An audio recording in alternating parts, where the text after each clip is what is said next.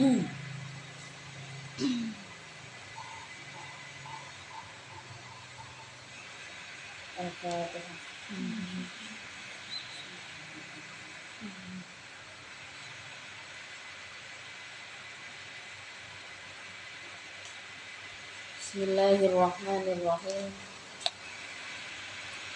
Qala al-mu'allif rahimahullah wa nafa'ana bihi wa bi ulumihi fid dharain amin. Qala Allah ta'ala fi kitabihil karim. A'udzu billahi minasy syaithanir rajim. Sayaqulul ladzina asyraku law syaa Allahu ma asyrakna wala aba'una. Ila akhiril ayat. Sayaqulu akan berkata siapa alladzina orang-orang asyraku yang menyekutukan, siapa alladzin atau yang menyekutukan Allah yang dimaksud di sini. Lau syaa apabila menghendaki siapa Allah ma asyrakna maka tidak akan syirik aku. Nahnu artinya kami, maksudnya kelompok mereka. Wala abauna dan tidak bapak-bapak kami. Wala harramna dan tidak mengharamkan kami min syai'in dari sesuatu.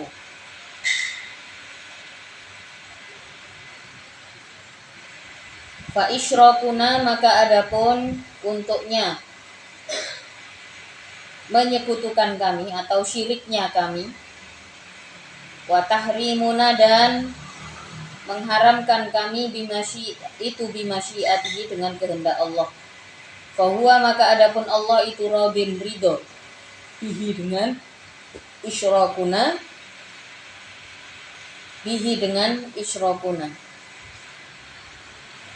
Jadi orang-orang yang syirik, orang-orang yang menyekutukan Allah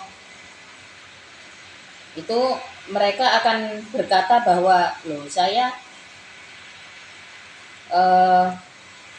menyimpang ini, menyekutukan Allah ini ya karena kehendak Allah. Ini yang dimaksud pada kalimat sebelumnya ya, ada kata wa in kadzabuka, ada kata kadzabu yang memiliki arti mendustakan. Ini yang dimaksud mendustakan. Jadi sudah jelas ajaran Allah, larangan untuk syirik, okay? Tapi orang-orang yang tidak peduli atau tertutup dengan kebenaran, tertutup dari kebenaran, okay? Bahkan mereka juga punya dalih atas apa yang mereka lakukan ketika sudah tahu perilaku ini salah, gitu ya. Syirik itu nggak boleh menyekutukan Allah, membuat pembanding. Syirik itu kan membuat pembanding. Membuat pembandingnya Allah itu nggak boleh. Karena hati mereka sudah tertutup dari kebenaran, maka akan ada ini. Kata Allah berkata kepada Nabi Muhammad SAW, sayaqulul ladzina asyraku law sya'allahu ma asyrakna. Loh. Nah, ini kalimat ini kan kalau diartikan kan begini ya.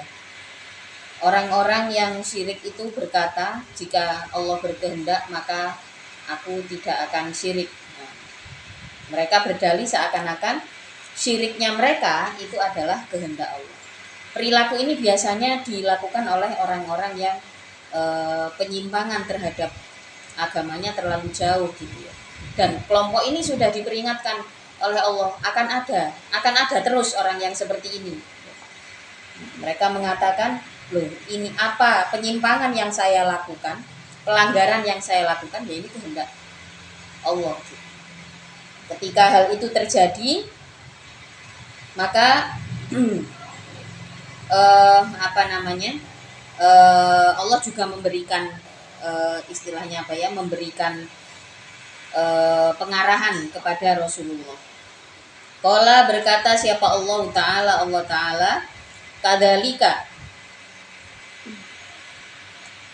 sebagaimana mendustakan atau dusta tersebut, Kama sebagaimana perkara kadzaba yang berdusta siapa haulai, orang-orang kafir atau kufar gitu ya.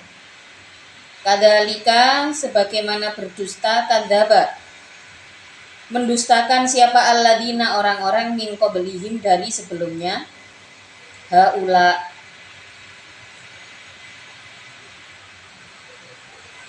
Jadi kebohongan-kebohongan ini terus diturunkan.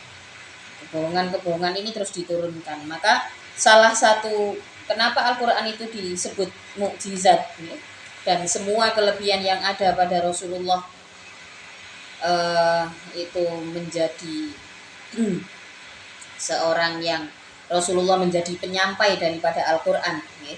Karena Al-Qur'an itu Rasulullah itu kan Nabiyil Ummi, nabi yang tidak tidak baca tulis, tidak bisa baca tulis. Ini merupakan ya ini tanda bahwa Al-Qur'an itu mukjizat, di mana Rasulullah itu tidak mengarang. Isi daripada disiplin ilmu yang disampaikan oleh Rasulullah itu tidak dikarang.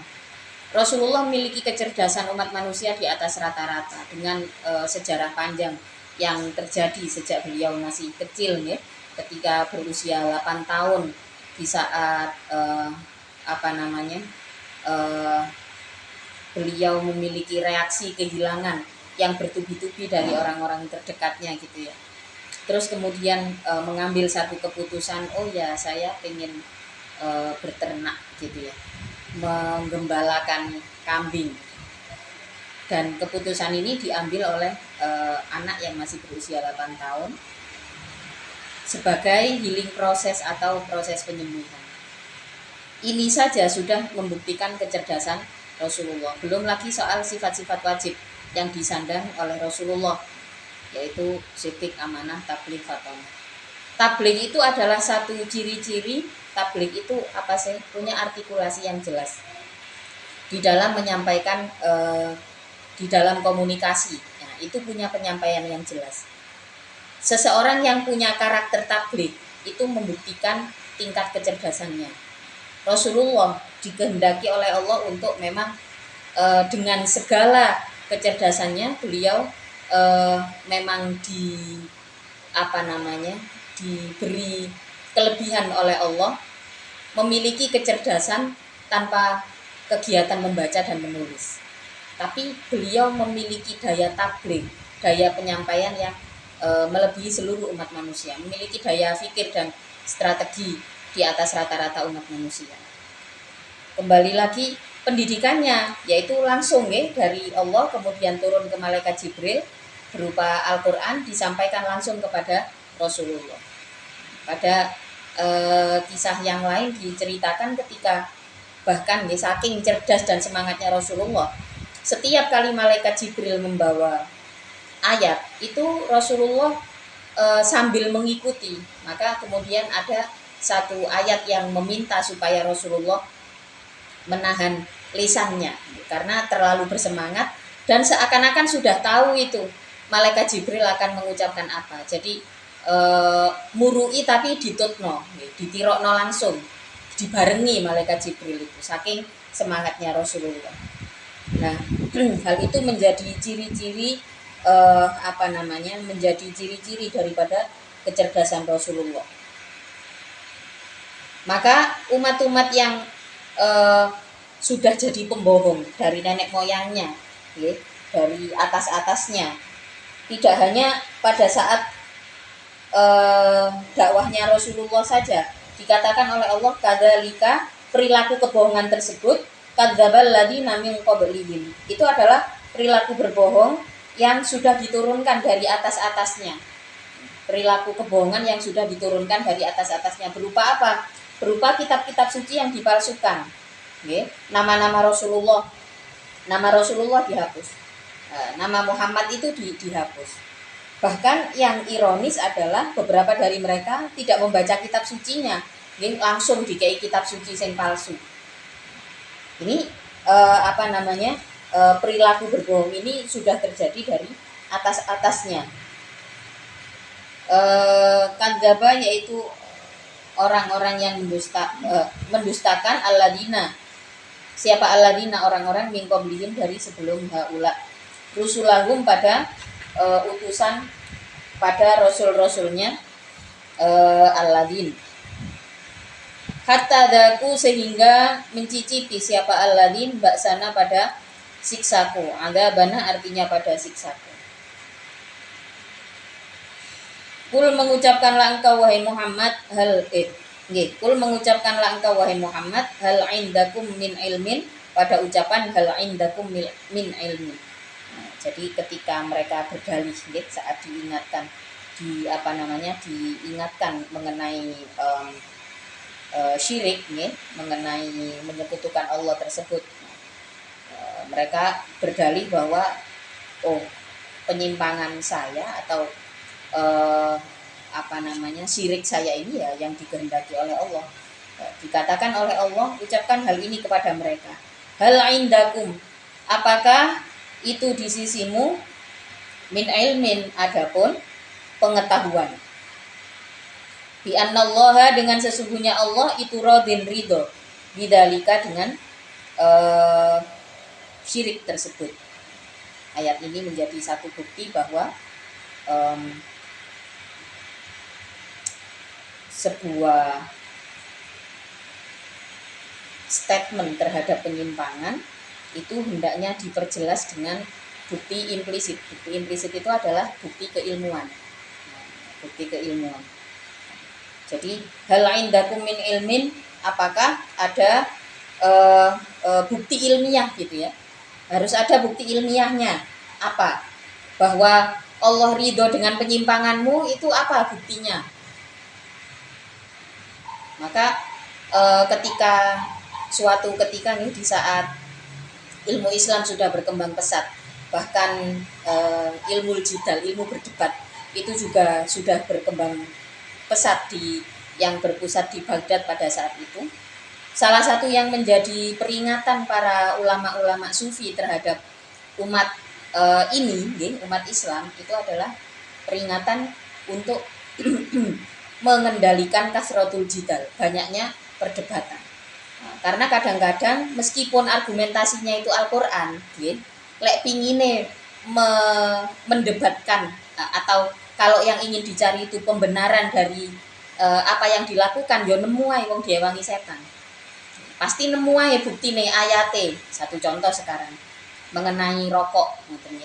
Ada para ulama, ada satu sisi yang menyatakan bahwa rokok itu haram dengan berbagai alasan, mungkin di situ ada candunya, di situ ada kerugian lingkungan, kerugian secara pribadi, terus membahayakan kesehatan dan sebagainya.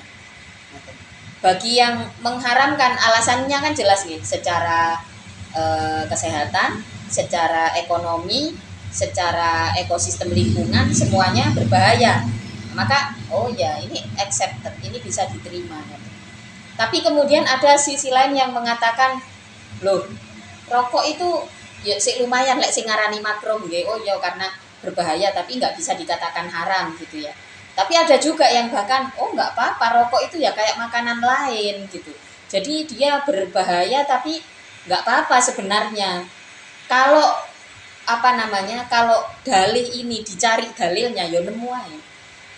Karena memang sebenarnya yang membuat penemuan-penemuan terhadap pembenaran itu ya polesan daripada setan, dipoles oleh setan sehingga seakan-akan iki lo dalile. Sama juga kayak orang perdebatan antara kalau puasa macam-macam lah ya, puasa Ramadan misalkan ya. Jadi ada ini satu sisi yang orang yang tetap bekerja di bulan Ramadan tidak wajib puasa loh, ada loh yang seperti itu. Bayang noae nggih. Dan mungkin itu di Indonesia juga banyak. Aku iki wis kerja wis pegel aku iki gak wajib puasa Ramadan padahal KTP-ne ya Islam. Itu ya banyak yang seperti itu. Kok nek di elingno ya nemu ae dalile. Nggih. Akan nemu ae dalile padahal nggak semestinya seperti itu. Tidak hanya di Indonesia, bahkan di negara-negara Arab itu juga ada satu negara di Turki itu yang berkewajiban mencari nafkah itu nggak wajib puasa Ramadan. Memang tidak tertulis gitu, tapi seakan-akan ada daerah-daerah yang bukan daerah ya, ada satu keluarga yang menerapkan hal itu. Nah, padahal puasa Ramadan itu hukumnya adalah wajib. Nah itu kalau dicari pembenarannya entah melalui dalil para ulama atau kemudian dari hadis, bahkan dari Al-Quran ya mungkin ada. Karena apa namanya penyimpangan, penyalahgunaan hukum itu memang sudah dipoles oleh setan, sudah dipoles. Sono ketok melik-melik benih-benih benih-benih penyalahan hukum agama, nah dipoles mana ambek setan. Kalau orangnya bodoh dipoles oleh setan, wis anggap ae kon iku goblok gak gelem belajar. Nah itu polesane setan. Nek seumpamane orangnya ini karakternya pinter juga akan dipoles. Apa yang dipoles? Dalil-dalilnya. Gak gelem ngrungokno wong liya, sing penting aku wis nemu dalile sing tak lakoni bener.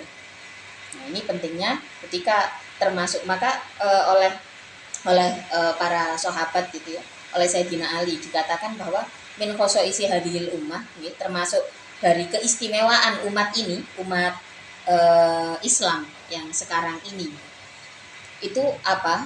Adanya min khosoisi hadhil ummah itu adalah adanya sanad ilmu. Nah, maka kalau kita mengaku mencintai Rasulullah ya harus punya guru, harus punya panutan, harus punya guru, harus punya tuntunan gitu. Sekira ada hukum yang kok rasane nang ati gak tenang ya, ini terkait hukum halal haram, hukum wajib dan sebagainya ya, kok rasane nggak tenang ya. Kalau bisa baca kitab sendiri, dicari sendiri hukumnya. Atau tapi ingat kalau nyari sendiri jangan lupa tawasul dulu ke guru-gurunya. Karena apa? Orang belajar pun masih bisa dipoles sama setan. Jadi ya orang-orang kafir ini mereka bukan orang-orang bodoh. Sampai bisa memalsukan hukum, mereka bukan orang bodoh. Jadi Rasulullah dituntun atau diarahkan oleh Allah ketika orang-orang yang membelot ini pembelotan ini kemudian terjadi ya, pembelotan terhadap hukum Islam kemudian terjadi. Arahan Allah terhadap Rasulullah adalah kalimat hal indakum min ilmin, mana bukti ilmiahnya. Bukti ilmiah bahwa penyimpangan kalian itu adalah sesuatu yang dikehendaki oleh Allah. Kayak orang sekarang ini banyak orang bebencongan cari duit. Yes. Cowok-cowok kemayu itu berseliweran di internet cari uang. Begitu juga dengan penyimpangan ya, dengan label LGBTQ+ dan sebagainya, itu tambah Jawa suwe-suwe. Mereka penyimpangan itu mereka sebutkan bahwa ini kehendak Allah, ini kehendak Allah. Maka maka hal ini perlu kelompok ini didekati secara pelan-pelan ya. Yang salah itu ketika mereka membenarkan perilaku berhubungan dengan sesama jenis, itu yang salah. Itu perlu dipertegas, nggak perlu juga dikriminalisasi ya, tapi nggak perlu juga sampai dihukum dan sebagainya kalau memang tidak satu ya, kalau memang nggak ajak-ajak. Yang kedua, dia tidak melakukan tindakan asusila dengan sesama jenis. Nah, kalau orang-orang ini diingatkan, ya, biasanya juga akan mengatakan, loh, ini kehendak Tuhan. Padahal yang dilakukan itu adalah pelanggaran. Berikutnya,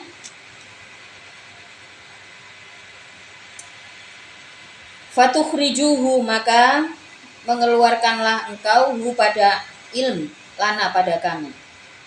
Hal indakum min ilmin fatukhrijuhu lana. Kalau ada hujah ilmiahnya, kalau ada bukti ilmiahnya, fatukhrijuhu lana, tunjukkan itu. Aila ilma artinya tidak ada bukti ilmiah itu maujud indakum di sisimu. Intat tabiuna, tidak aima tattabiuna. Ini di sini bermakna ma ya. Mata tabiuna tidak mengikuti engkau Fidalika di dalam fidalika di dalam isyrokuna tersebut, illa dzonna, kecuali dalam bentuk prasangka. Ilmunya nggak ada, jadi nggak mungkin ada. Nah, di sini dikatakan in tattabi'una illa dzonna, itu hanya perasaanmu saja. Wa in antum, dan tidak ada adapun engkau itu illa tafrusuna, kecuali berbohong kalian. Nah, kalian itu pembohong. Kadzibuna artinya berbohong kalian, fihi di dalam isyrok, di dalam kemusyrikan yang katanya tadi dikehendaki oleh Allah. Itu jelas kebohongan. Kul, mengucapkanlah engkau wahai Muhammad, ilam takun, apabila tidak ada engkau, itu lakum bagimu apa hujjatun, hujjah. Falillahi, maka itu bagi Allah, al hujjatu, adapun hujjah, al balighatu, yang sempurna. At-tammatu artinya yang sempurna. Hujjah yang paling sempurna adalah hujjah Allah. Falau sya'a, maka apabila menghendaki siapa Allah, hidayatakum, pada petunjuk bagimu, lahada, maka akan menunjukkan siapa Allah, padamu, ajma'ina, ya seluruh kalian.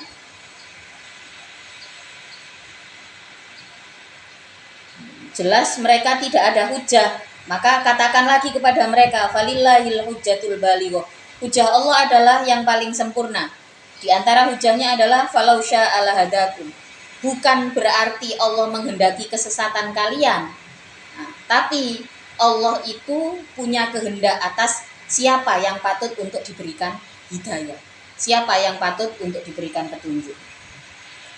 Kul, mengucapkanlah engkau, halumma, mendatangkanlah engkau, uhduru artinya mendatangkanlah engkau, syuhadaakum, pada saksi-saksi kalian, alladzina, yaitu orang-orang, yasyhaduna, yang menyaksikan siapa alladzin, annallaha, pada sesungguhnya Allah itu harrama, mengharamkan siapa Allah, hadza, pada ini, alladzi haramtumu, yang mengharamkan kalian, hu, pada alladzi. Jadi kan kemarin ayatnya adalah mereka mengharamkan makanan-makanan yang mestinya dihalalkan oleh Allah. Nah, maka Allah berkata dalam ayat ini, ucapkanlah wahai Muhammad, datangkanlah saksi-saksi bahwa Allah mengharamkan makanan tersebut. Fa in syahidu, maka apabila bersaksi siapa alladzin, fala tashhad, maka jangan bersaksi engkau, ma'ahum, beserta alladzin, jelas itu kelompok pembohong. Wala tattabi', dan jangan mengikuti engkau, ahwa alladzina, pada keinginan hawa nafsunya orang-orang, kadzabu, yang berbohong siapa, alladzin, bi ayatina, dengan ayat-ayatku. Jangan mengikuti hawa nafsu mereka. Maka perlunya, kenapa kita perlu belajar tata bahasa? Kita perlu belajar satu persatu kata, ya. Salah satu pentingnya kita memahami kata. Kata itu biasanya satu kata itu ada dua makna. Makna yang pertama adalah makna harfiah, ya. Arti daripada kata tersebut. Kemudian makna yang kedua adalah definitif, ya. Makna definisi atau secara istilah. Nah, itu perlu dipahami satu persatu, karena jika tidak, seringkali kita akan terjebak pada mendustakan ayat-ayat Allah. Yang paling sering adalah seseorang yang sok-sokan pluralisme, kemudian mengatakan bahwa semua agama benar. Nah, ini jelas salah. Kalau kita orang Islam, maka agama yang paling benar adalah Islam. Kalau kita ngomong semua agama mengajarkan kebaikan, boleh, tapi kita nggak boleh mengatakan bahwa semua agama itu benar. Karena bagi kita yang paling benar tentu saja ajaran Islam. Kita nggak boleh mengatakan mengakui eksistensi Tuhan-Tuhan yang lain, tidak boleh, ya. Maka hati-hati di saat kita memilih kalimat-kalimat. Satu contoh, kalau di dalam tauhid itu dikatakan syirik shogir, atau kafir shogir, itu adalah ketika kita mengucapkan kalimat-kalimat yang tidak disengaja. Satu contoh, kita cocok dengan satu obat terus ngomong nggak bisa kalau nggak minum ini. padahal yang menyembuhkan jelas Allah. Nah ini dikatakan ya ini termasuk syirik tipis-tipis kalau di dalam tauhid seperti itu. Nah ini kita nggak bermaksud untuk mendustakan ayat-ayat Allah, tapi semakin kita paham, maka semakin kita bisa berhati-hati. Jadi itulah pentingnya kalau misalkan kita punya kesempatan, dikasih kesempatan punya ruang bicara yang besar, pentingnya kita terus belajar, banyak membaca supaya kita punya kepadatan data, punya data yang padat, sehingga di saat menyimpulkan sesuatu kita tidak sampai pada memalsukan ayat-ayat Allah. Ada banyak kalau sampean nontoni pidato nih ceramai orang-orang sing wis sembuh apa maneh sampai ono Pak Ustadz gaya bebencongan, ya ini kan jelas memalsukan hukum Allah nggih. Jelas memalsukan hukum Allah, tapi ya wis didelok apike ae. Bukan hak kita untuk melakukan judgement yang macam-macam ya, tapi fenomena itu terjadi ketika seseorang takut mendekat dengan ilmu Allah. Wala tattabi ahwa alladzina kadzabu. Nah, biasanya orang-orang yang punya ruang bicara publik yang besar, ini akan cenderung mengikuti kemauan publik. Nah, ketika maka Rasulullah diperingatkan oleh Allah, di saat banyak orang bersaksi pada kebenaran kebenaran yang palsu itu ya, maka wala tattabi ahwa alladzina kadzabu. Jangan diikuti itu. Maka dalam banyak hukum kita perlu berhati-hati. Salah-salah, oh iya sekarang Indonesia itu toleransi gitu ya, maka terus kita ikut-ikutan mengucapkan selamat Natal kayak gitu-gitu. Apakah itu sebuah tindak kejahatan? Ya tentu bukan, tapi di dalam hukum dan prinsip Islam kita tidak boleh mengucapkan hal itu. Bolehlah kita mengucapkan selamat hari libur, boleh, tapi tidak perlu mengucapkan yang tidak boleh. Kata-kata yang positif itu boleh, maka dipelajari semua. Oh, apa kata penggantinya yang tepat? Apalagi kita tinggal di negara yang memang menaungi banyak agama di dalamnya. Walladina, dan orang-orang la yu'minuna yang tidak beriman, siapa alladin, tidak percaya siapa alladin bil akhirati, dengan akhirat, wahum, adapun alladin bi rabbihim, dengan Tuhannya alladin, itu ya'diluna, menyekutukan siapa alladin. Yusyrikuna artinya menyekutukan siapa alladin. Kul, mengucapkanlah engkau wahai Muhammad, ta'alau, kemarilah kalian. Ta'alau, kemarilah kalian. Utlu, membacakan aku, akan membacakan aku. Utlu, maka akan membacakan aku, ma, pada perkara, harroma, yang mengharamkan siapa rabbukum, Tuhan kalian, alaikum, atas kalian, Allah tusyriku, artinya jangan menyekutukan kalian dengan Rob syai'an, dengan sesuatu, wa ahsinu, dan baiklah kalian, bil walidaini, dengan kedua orang tua, ihsanan, dengan benar-benar baik, ihsanan, dengan benar-benar baik. Jadi kemudian Rasulullah diperintahkan oleh Allah untuk membacakan ayat rules, ketika seseorang apa sih rulesnya menjadi seorang muslim gitu. Apa saja yang diharamkan oleh Allah bagi orang yang beriman. Gak angel-angel aturane, gak koyok peraturan yang diberikan oleh orang-orang kafir itu, ono unta sing gak oleh dipangan, padahal unta itu halal, boleh dimakan, Kemudian ada lagi aturan puasa yang nggak ada berbukanya. Jadi sampean hati-hati ya besok-besok kalau misalkan punya anak gitu ya. Terus ada satu pondok pesantren yang ya katakanlah di situ isinya pondok pesantren untuk menghafal Al-Qur'an, tapi diwajibkan tirakat yang nggak masuk akal. Nah ini perlu dibicarakan dengan dengan pendiri pesantrennya, karena ini ada yang seperti ini, ada yang seperti ini, satu pesantren entah di mana, kayaknya di Jawa Barat, Jadi ada satu pondok pesantren tahfidz gitu ya, yang ketika muridnya atau santrinya ini sampai pada hafalan tertentu, ini diwajibkan untuk puasa, diajak puasa. Yang start puasanya ini yang aneh nih. Yang start puasanya itu mulai jam 12 siang sampai jam 12 malam. Aneh kan? Terus nggak boleh buka macam-macam, bukanya cuma boleh nasi sama garam. Alasannya itu biar gampang hafalan. Jelas ini melayani syariat Islam. Kalau ada pondok yang seperti ini, kalau ada pondok yang seperti ini, maka perlu berhati-hati. Ini jelas menyalahi aturan agama Islam. Saya juga Neng Nia itu juga bikin pondok pesantren tahfidz. Tapi apa, gizinya diperhatikan. Bahkan kalau ada satu muridnya yang kok hafalannya nggak konsen, ditanya, "Sampean punya ijazah apa?" Puasa. Tapi kok dengan puasa sampean makin nggak konsen? Ayo diatur pola makannya.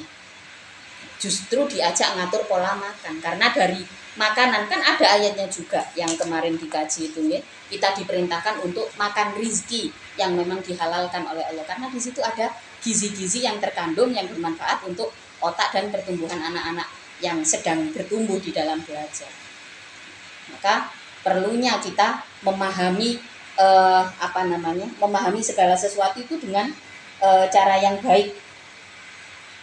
Dan ini Rasulullah diperintahkan oleh Allah untuk membacakan apa sih yang diharamkan oleh Allah. Yang pertama adalah jangan menyekutukan Allah, jangan pernah membuat pembanding Allah, itu jangan pernah. Kemudian yang kedua adalah ini yang setara, perintah untuk tidak syirik itu yang setara dengan perintah tersebut adalah wabil walidaini ihsana, hendaknya seseorang berbakti kepada kedua orang tua.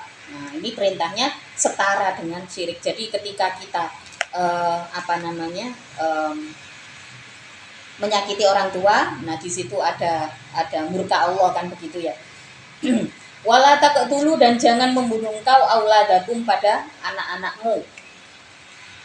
Bil wa'di, dengan mengubur hidup-hidup. Bil wa'di, dengan mengubur hidup-hidup, min ajli imlakin, dari arah takut kemiskinan.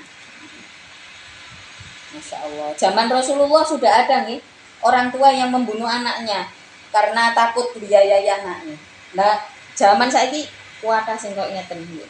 Sampai menurut data kependudukan 10 tahun terakhir itu semakin kecil jumlah anak yang lahir dari orang tua muslim.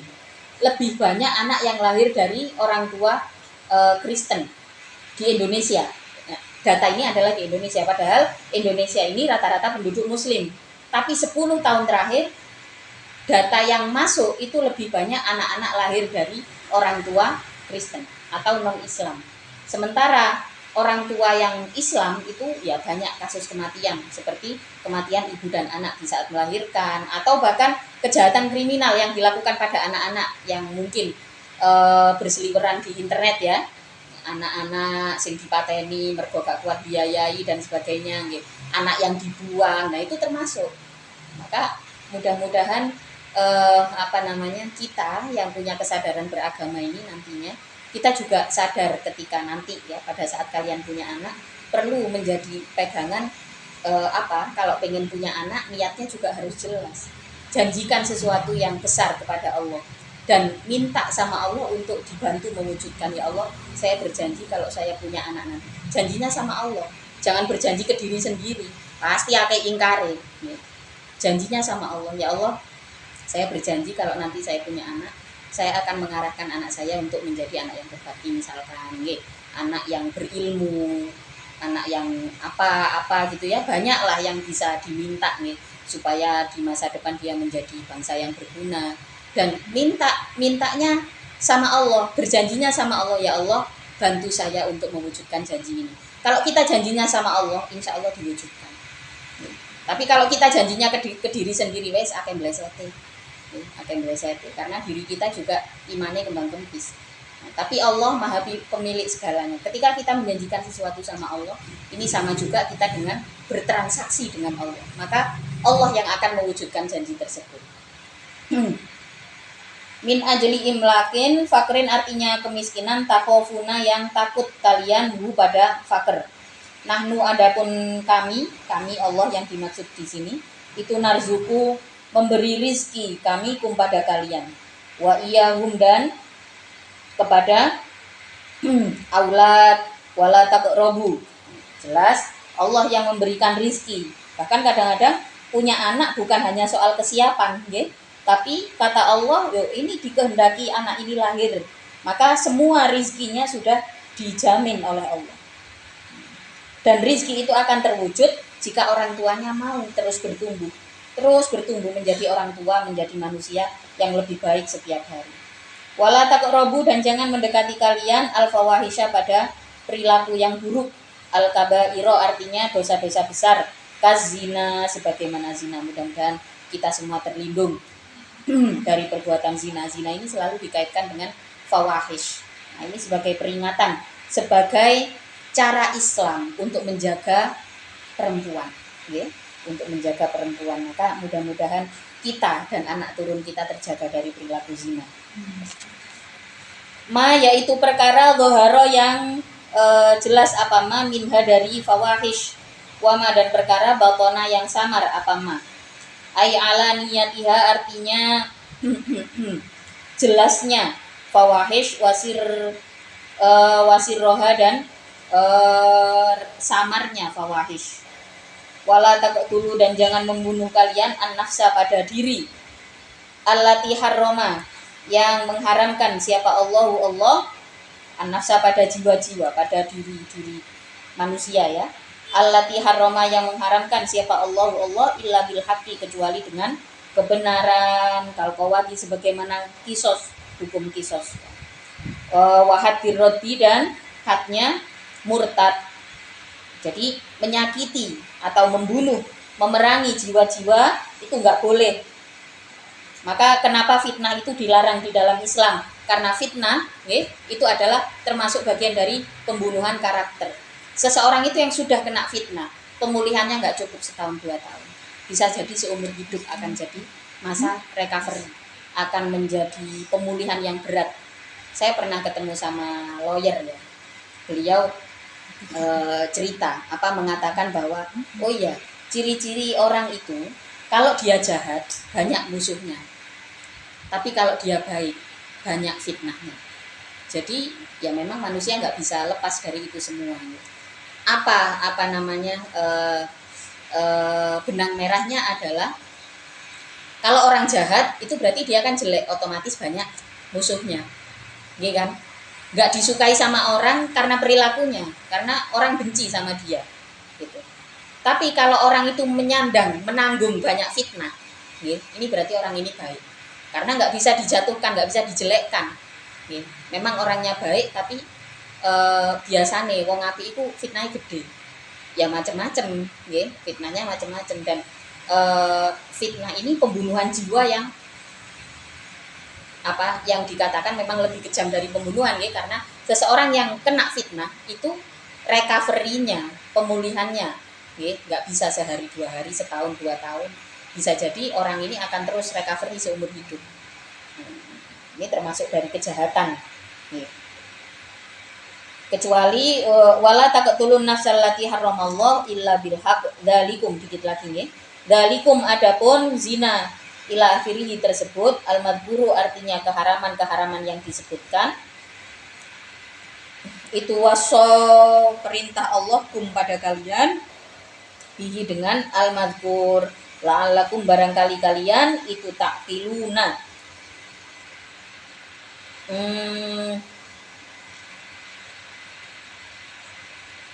Itu ta'kiluna berpikir kalian.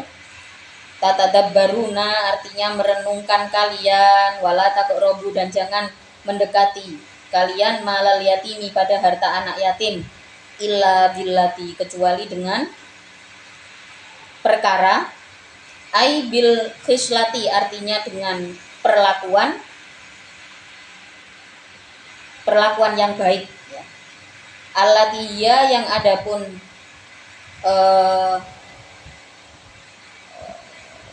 dia yang adapun allati yaitu perkara ya yang adapun allati itu ahsanu lebih baik, wahya adapun al khoslah itu ma perkara, fihi itu di dalam ma, sholahuhu adapun kemaslahatannya mal. Jangan dekati harta anak yatim illa billati hiya ahsan, kecuali didekati untuk diatur, nggak boleh hak anak yatim kok dicawe-cawe tanpa ada tujuan kemaslahatan, itu nggak boleh. Hatta ya belugho, sehingga sampai, kalaupun didekati dengan kemaslahatan ada batasnya sampai kapan, hatta ya belugho, sehingga sampai siapa al yatim itu asyuddahu ya, asyuddahu pada kuatnya al yatim bi ayah talima, dengan untuknya seumur mimpi basah siapa al yatim, artinya di saat balik ya, di saat balik. Ini yang pernah saya jelaskan ya, transparansi harta tinggalan anak yatim. Nah, perlu ada transparansi di saat si anak ini sudah balik, maka perlu dibicarakan apakah hartanya masih ada atau sudah habis ya. Seperti yang terjadi pada Imam Ghazali sama adiknya ya. Imam Ghazali sama adiknya ini ditinggal mati orang tua masih kecil, kemudian tabungannya ini dipegang oleh pamannya, terus dipakai biaya pendidikan karena pinter banget ya. Karena ini Imam Ghazali sama saudaranya ini pinter banget, maka perlu pendidikan yang lebih tinggi, sementara uang tabungan sudah habis. Pamannya bukan seorang Ghazal seperti ayah daripada Imam Ghazali. Al Ghazali itu adalah tukang tenun profesional, itu ayah daripada Imam Ghazali. Maka si pamannya ini nggak bisa mengembangkan dananya, dan dilakukan komunikasi secara transparan bahwa ini uangnya sudah habis, tapi kalian masih butuh pendidikan. Yowes tak dititipkanlah pada sebuah lembaga sosial pendidikan, mungkin nang Indonesia jenenge panti asuhan lah, ditaruh di situ sampai akhirnya ketemu guru yang potensial, sampai akhirnya kemudian karena tempatnya ini sudah tidak menampung pada kapasitas berpikirnya Imam Ghazali dikirim lagi ke tempat belajar yang levelnya lebih tinggi. Nah, di sini dari awal sudah ada transparansi mengenai dana tinggalan. Nah, hendaknya seorang muslim seperti ini. Ketika kita menanggung harta anak yatim, maka perlu ada transparansi. Kalau uangnya sudah habis, ya perlu dibicarakan. Ini saya sudah nggak bisa untuk membiayai. Transparansi seperti ini perlu dilakukan di dalam Islam. Wa aufu, dan memenuhilah kalian al-kaila pada takaran, wal mizana dan timbangan, bil qisti dengan adil. Kalau jualan yang ada timbangan takarannya jangan diakali. Bil adli artinya dengan adil. Ini ketentuan-ketentuan rules apa saja yang diharamkan sebagai orang yang beriman. Watarkul baksi, dan meninggalkan pada pengurangan. La nukallifu nafsan illa wus'aha, wallahu ta'ala a'lamu bis-shawab. Al-Fatihah. Ya kan.